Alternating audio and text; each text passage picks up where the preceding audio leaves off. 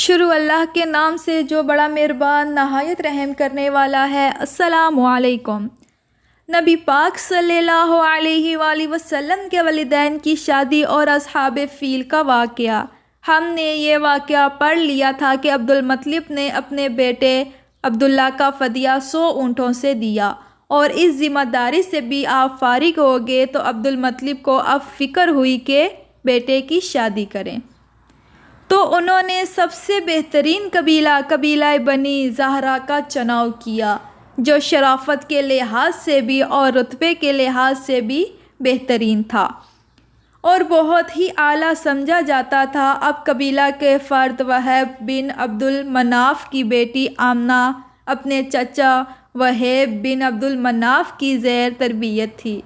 حضرت آمنہ کو حضرت عبداللہ بن عبدالمطلب کا نکاح کا پیغام دیا گیا، اور خود عبدالمطلب نے وہب بن عبد المناف کی بیٹی کو اپنے نکاح کا پیغام بھی بھیجا، جن کا نام ہالہ تھا۔ اس طرح ایک ہی مجلس میں دونوں باپ اور بیٹے کا نکاح پڑھایا گیا۔ حضرت حمزہ رضی اللہ تعالی عنہ جو آپ صلی اللہ علیہ وآلہ وسلم کے چچا تھے، ہالہ کے بطن سے ہی تھے۔ حضرت حمزہ رضی اللہ تعالی عنہ سے آپ صلی اللہ علیہ وآلہ وسلم کے 2 رشتے لگتے ہیں، ایک رشتہ چچا کا اور دوسرا رضاعی بائی کا۔ ابن سعد الطبقات الکبری کی روایت میں آتا ہے، جس کا مفہوم ہے کہ عبدالمطلب جب اپنے بیٹے فرزند عبداللہ کو بی بی آمنہ کے ساتھ نکاح کے لیے لے کر جا رہے تھے تو راستے میں ان کو ایک یہودیہ عورت ملی جس کا نام فاطمہ بنت مر تھا۔ فاطمہ تورات اور انجیل وغیرہ کا علم رکھنے والی تھی۔ جب یہ حضرات راستے سے گزرے تو حضرت عبداللہ کے چہرے پر ایک ایسا نور تھا کہ اس عورت نے حضرت عبداللہ کو اپنے پاس بلایا اور کہا کہ اگر تم میرے ساتھ ایک رات گزار لو تو میں تمہیں 100 اونٹ نذر کروں گی۔ حضرت عبداللہ تو ظاہر ہے کہ ایک شریف النفس انسان تھے، ان سے تو بالکل بھی یہ چیز برداشت نہیں ہوئی کہ وہ کسی حرام کام میں مبتلا ہوں، تو انہوں نے اس عورت کی بات نہیں مانی اور چلے گئے۔ جب بی بی آمنہ سے ان کا نکاح ہوا اور نکاح کر کے واپسی کے راستے میں تھے تو دوبارہ یہ عورت ان کو ملی اور اس نے دریافت کیا کہ اے عبداللہ، تم یہاں سے جانے کے بعد کہاں رہے؟ حضرت عبداللہ نے اپنا معاملہ بتایا کہ وہب بن عبد المناف کے صاحبزادی سے میں نے نکاح کیا اور کچھ ٹائم میں وہاں پر گزار کر آیا ہوں۔ تو اس یہودی عورت نے یہ سن کر کہا، کہو اللہ میں کوئی بدکار عورت نہیں ہوں، کہیں تم یہ نہیں سمجھنا کہ میں نے جو تمہیں اس وقت بلایا تھا وہ کسی بدکاری کے کام کے لیے بلایا تھا؟ نہیں، بلکہ میں نے تمہارے چہرے پر ایک نور دیکھا تھا اور میں یہ چاہتی تھی کہ یہ نور مجھے بھی مل جائے، لیکن کیونکہ اب تو تم نے ایک عورت سے شادی کر لی ہے تو اب وہ نور میرے نصیب کا نہیں ہے، وہ نور تو آمنہ کے نصیب کا ہے۔ اب شادی کے بعد کے کچھ عرصے کا واقعہ بتایا جا رہا ہے کہ حضرت عبداللہ ایک تجارت کے قافلے کے ساتھ شام کی طرف گئے، مگر راستے میں بیماری کی وجہ سے مدینہ منورہ ٹھہر گئے۔ تو قافلہ جب واپس مکہ پہنچا اور لوگوں نے اس میں حضرت عبداللہ کو غائب پایا تو حضرت عبدالمطلب نے قافلے والوں سے حضرت عبداللہ کے متعلق دریافت کیا۔ قافلے والوں نے کہا کہ بیماری کی وجہ سے وہ اپنے ننہال بنی نجار کے پاس مدینہ میں ہی ٹھہرے ہیں۔ عبدالمطلب نے فوراً ہی اپنے بڑے بیٹے حارث کو کہا کہ وہ مدینہ جائیں اور عبداللہ کی خبر لے کر آئیں۔ جب حارث مدینہ پہنچے تو پتہ چلا کہ عبداللہ تو بیماری کی وجہ سے انتقال کر گئے اور وہ 1 ماہ بیمار رہے اور انتقال کے بعد مدینہ منورہ میں ہی ان کو دفن کر دیا گیا۔ حارث نے واپس آ کر اپنے والد کو اس حادثے کی اطلاع دی، جس سے سب کو بہت صدمہ اور ملال ہوا۔ اس کے متعلق مختلف روایات آتی ہیں کہ حضرت عبداللہ کی وفات کس عمر میں ہوئی۔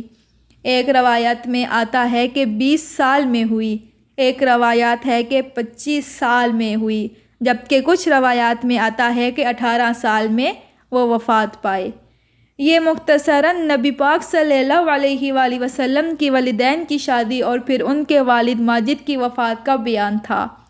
جس سال آپ صلی اللہ علیہ وآلہ وسلم کی پیدائش ہوئی وہ سال عام الفیل کہلاتا ہے، اس لیے کہ اس سال ہاتھیوں والا قصہ واقعہ ہوا جو کہ سورہ فیل میں آتا ہے۔ عربی میں فیل ہاتھی کو کہتے ہیں، جیسا کہ سورہ فیل الم تر کیف فعل ربک باصحاب الفیل الم یجعل کیدہم فی تضلیل وارسل علیہم طیرا ابابیل ترمیہم بحجارۃ من سجیل فجعلہم کعصف مأکول۔ یہ پوری صورت ہاتھیوں کے قصے پر ہے اور یہ واقعہ آپ صلی اللہ علیہ وآلہ وسلم کی ولادت سے 50 یا 55 روز قبل ہوا۔ در حقیقت یہ واقعہ آپ کی آمد کی ایک نشانی تھی اور اللہ رب العزت کے منصوبہ کا ایک اہم حصہ تھا۔ اصحاب فیل یعنی ہاتھی والوں کا واقعہ کچھ اس طرح ہے کہ نجاشی شاہ حبشہ کی جانب سے یمن کا ایک حاکم تھا جس کا نام تھا ابراہ۔ نجاشی کسی بادشاہ کا نام نہیں ہے بلکہ حبشہ جو کہ آج ایتھوپیا کہلاتا ہے کہ بادشاہ کا لقب ہوا کرتا تھا۔ نجاشی کے مقرر کردہ حاکم یمن ابراہ نے جب یہ دیکھا کہ عرب کے تمام لوگ حج بیت اللہ کے لیے مکہ مکرمہ جاتے ہیں، خانہ کعبہ کا طواف کرتے ہیں اور وہاں پر خوب برکات نازل ہوتی ہیں اور لوگوں کا وہاں خوب ایک مجمع اکٹھا ہوتا ہے، مطلب جب اس نے دیکھا کہ خانہ کعبہ جو کہ ایک بوسیدہ سی عمارت ہے وہ ایک سینٹر آف اٹریکشن ہے، تو اس نے سوچا کہ عیسائی مذہب کے نام پر بھی ایک ایسی عالی شان زبردست عمارت بنا لیتا ہوں جس کی طرح پوری دنیا سے لوگ آئیں اور خانہ کعبہ سے سب کی توجہ ہٹ جائے۔ چنانچہ اس نے یمن کے کیپٹل صنعا میں ایک بہت ہی خوبصورت قسم کا چرچ بنایا۔ جب عرب میں یہ بات مشہور ہوئی کہ ابراہ نے کعبہ کی ٹکر کے اوپر ایک بہت ہی خوبصورت گرجا بنایا ہے تو ایک روایات میں آتا ہے کہ قبیلہ کنانا کا ایک آدمی خاص طور پر مکہ مکرمہ سے یمن آیا اور گرجے میں جا کر گندگی کی، جبکہ بعض روایات میں ہے کہ عرب کے کچھ نوجوانوں نے اس گرجے کے قریب آگ جلائی تھی جس کی وجہ سے گرجے کو بہت زیادہ نقصان پہنچا۔ ابراہ کو یہ سن کر بہت سخت غصہ آیا اور اس نے قسم کھائی کہ میں خانہ کعبہ کو گراؤں گا اور اس کو تباہ کر کے رہوں گا۔ اسی ارادے سے وہ ہاتھیوں کا ایک مضبوط لشکر لے کر مکہ مکرمہ پہنچا۔ ان ہاتھیوں میں ایک ایسا ہاتھی تھا جو بہت ہی طاقتور تھا اور ابراہ خود اس پر سوار تھا۔ اس ہاتھی کا نام محمود تھا۔ اس عظیم طاقتور لشکر نے اپنا سفر شروع کیا اور منزل مکہ تھی تو جو بھی قبیلے راستے میں آتے گئے مکہ میں، مدینہ میں، طائف میں، یہ ان سب سے کہتا کہ یا تو تم میرے ساتھ ہو جاؤ یا میں تمہیں ختم کر دوں گا۔ تو کچھ لوگ اس کے ساتھ ہو گئے اور کچھ لوگوں نے اس کا ساتھ چھوڑ دیا۔ جنہوں نے انکار کر دیا ان کو یہ مسمار کرتا گیا۔ اس طرح ایک بہت بڑی فوج تیار ہو گئی۔ جب یہ اطراف مکہ پہنچے تو اہل مکہ کے مویشی وہاں پر چر رہے تھے، تو ابراہ کے لشکر نے وہ مویشی پکڑ لیے جن میں 200 اونٹ حضرت محمد صلی اللہ علیہ وآلہ وسلم کے دادا عبد المطلب کے بھی تھے۔ اس وقت قریش کے سردار اور خانہ کعبہ کے متولی عبد المطلب ہی تھے۔ جب ان کو ابراہ کے آنے کی خبر ملی اور معلوم ہوا کہ وہ کس ارادے سے آیا ہے اور اس نے ہمارے جانوروں کو پکڑ لیا ہے، تو انہوں نے قریش کو جمع کر کے اعلان کیا کہ ابراہ کا لشکر بہت بڑا ہے اور ہم اس کا مقابلہ نہیں کر سکتے، تو ہم ایسا کرتے ہیں کہ مکہ کو خالی کر کے پہاڑوں پر چلے جاتے ہیں اور تم گھبراؤ مت، خانہ کعبہ کو کوئی منہدم نہیں کر سکتا کیونکہ یہ تو اللہ کا گھر ہے اور اللہ اپنے گھر کی خود حفاظت کرے گا۔ اس کے بعد عبد المطلب چند بڑے قریش کے سرداروں کو لے کر ابراہ کے پاس گیا اور اطلاع دی کہ میں ابراہ سے ملنے آیا ہوں۔ ابراہ نے عبد المطلب کا استقبال بڑے شاندار طریقے سے کیا۔ جب اس نے عبد المطلب کو دیکھا تو وہ ان کی خوبصورتی، عظمت، ہیبت اور وقار سے ایک دم مرعوب ہو گیا اور نہایت احترام اور اکرام کے ساتھ پیش آیا۔ اب اس کو یہ تو مناسب نہیں لگا کہ وہ عبدالمطلب کو اپنے ساتھ تخت پر بٹھا لے، تو وہ خود نیچے آ کر ان کے ساتھ بیٹھ گیا۔ عبدالمطلب نے اس سے کہا کہ میں تمہارے پاس اپنے اونٹ کی رہائی کا مطالبہ کرنے کے لیے آیا ہوں۔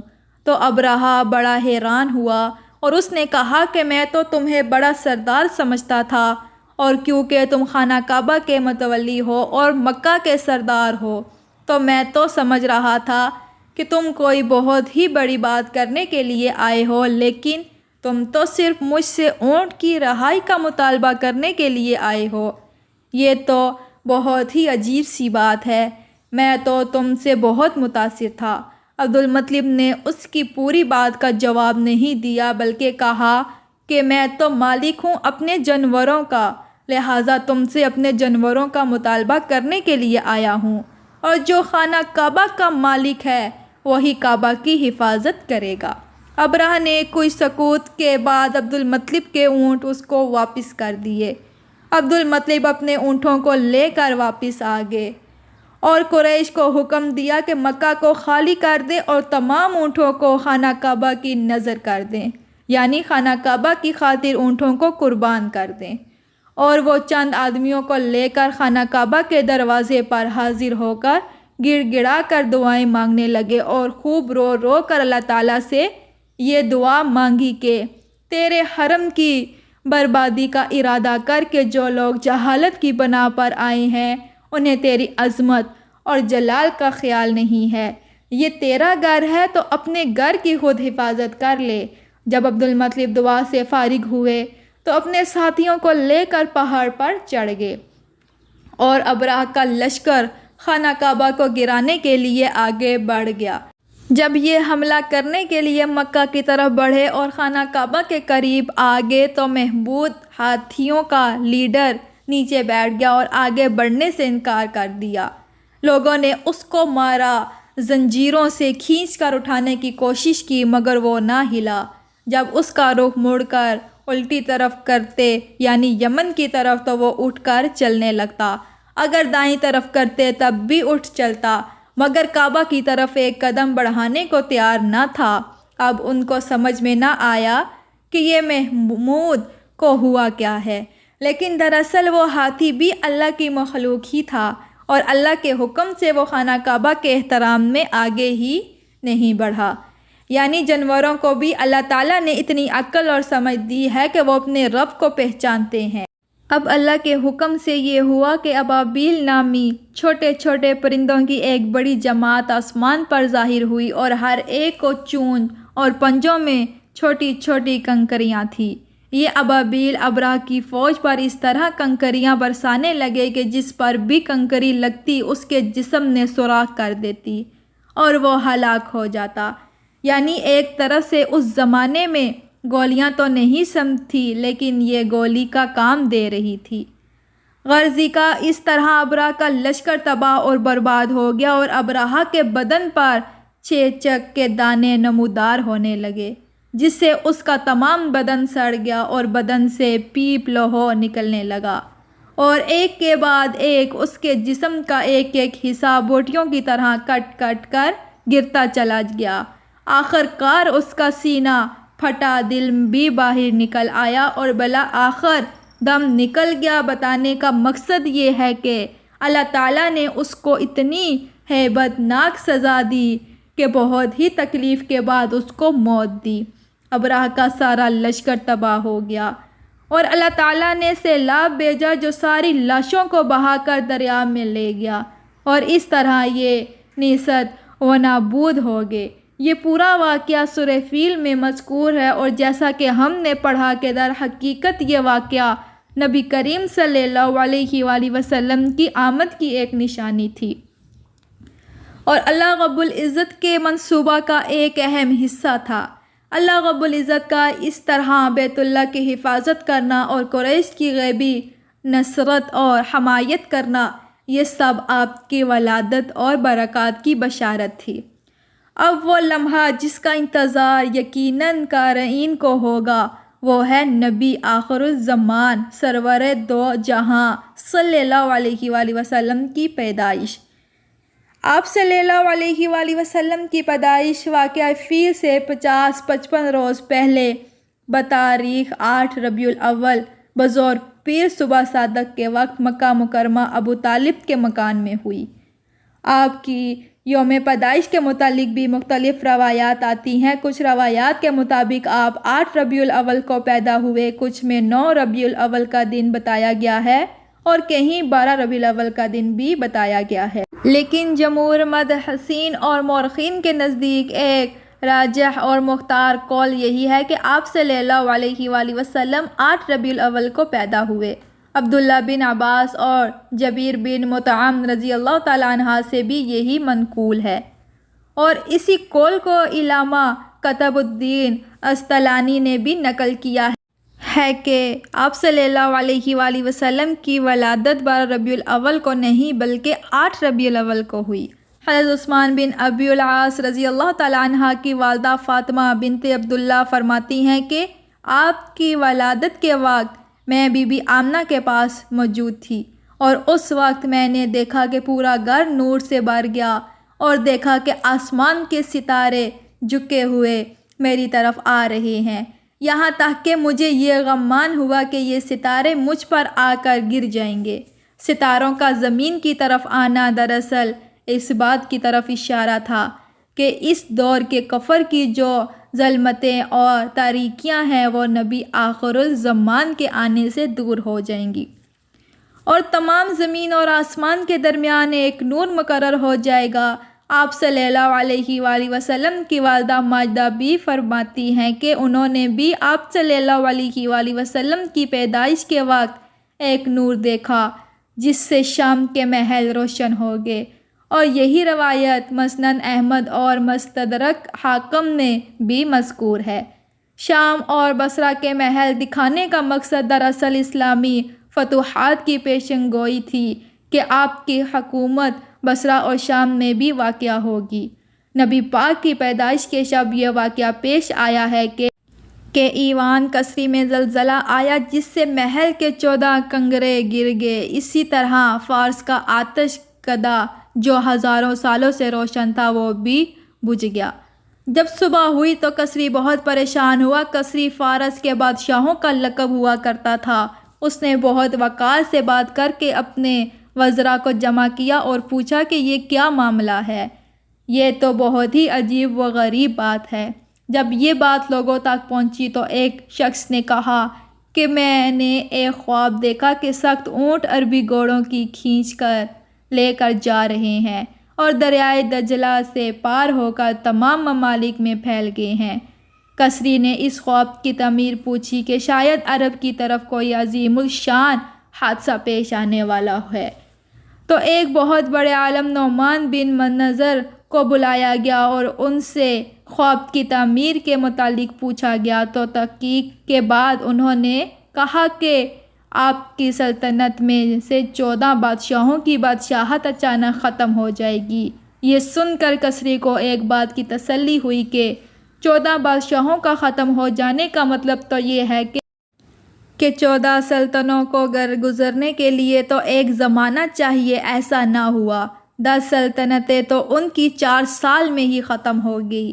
جس طرح عام الفیل کا واقعہ تھا، اسی طرح یہ واقعہ بھی اس طرح نشاندہی کرتا ہے کہ آپ صلی اللہ علیہ وآلہ وسلم کی پیدائش ہونے والی ہے، اسی لیے اللہ تعالیٰ نے شرک اور کفر کو دنیا سے مٹانے کا عزم کر لیا ہے۔ امید کرتی ہوں کہ یہ میری آج کی ویڈیو آپ کو اچھی لگی ہوگی۔ اگر اچھی لگی ہے تو میرا چینل سبسکرائب کر لیجئے، میری ویڈیو کو لائک کیجئے، شیئر کیجئے، اور کمنٹ باکس میں اللہ پاک کے 99 ناموں میں سے ایک نام ضرور ٹائپ کیجئے۔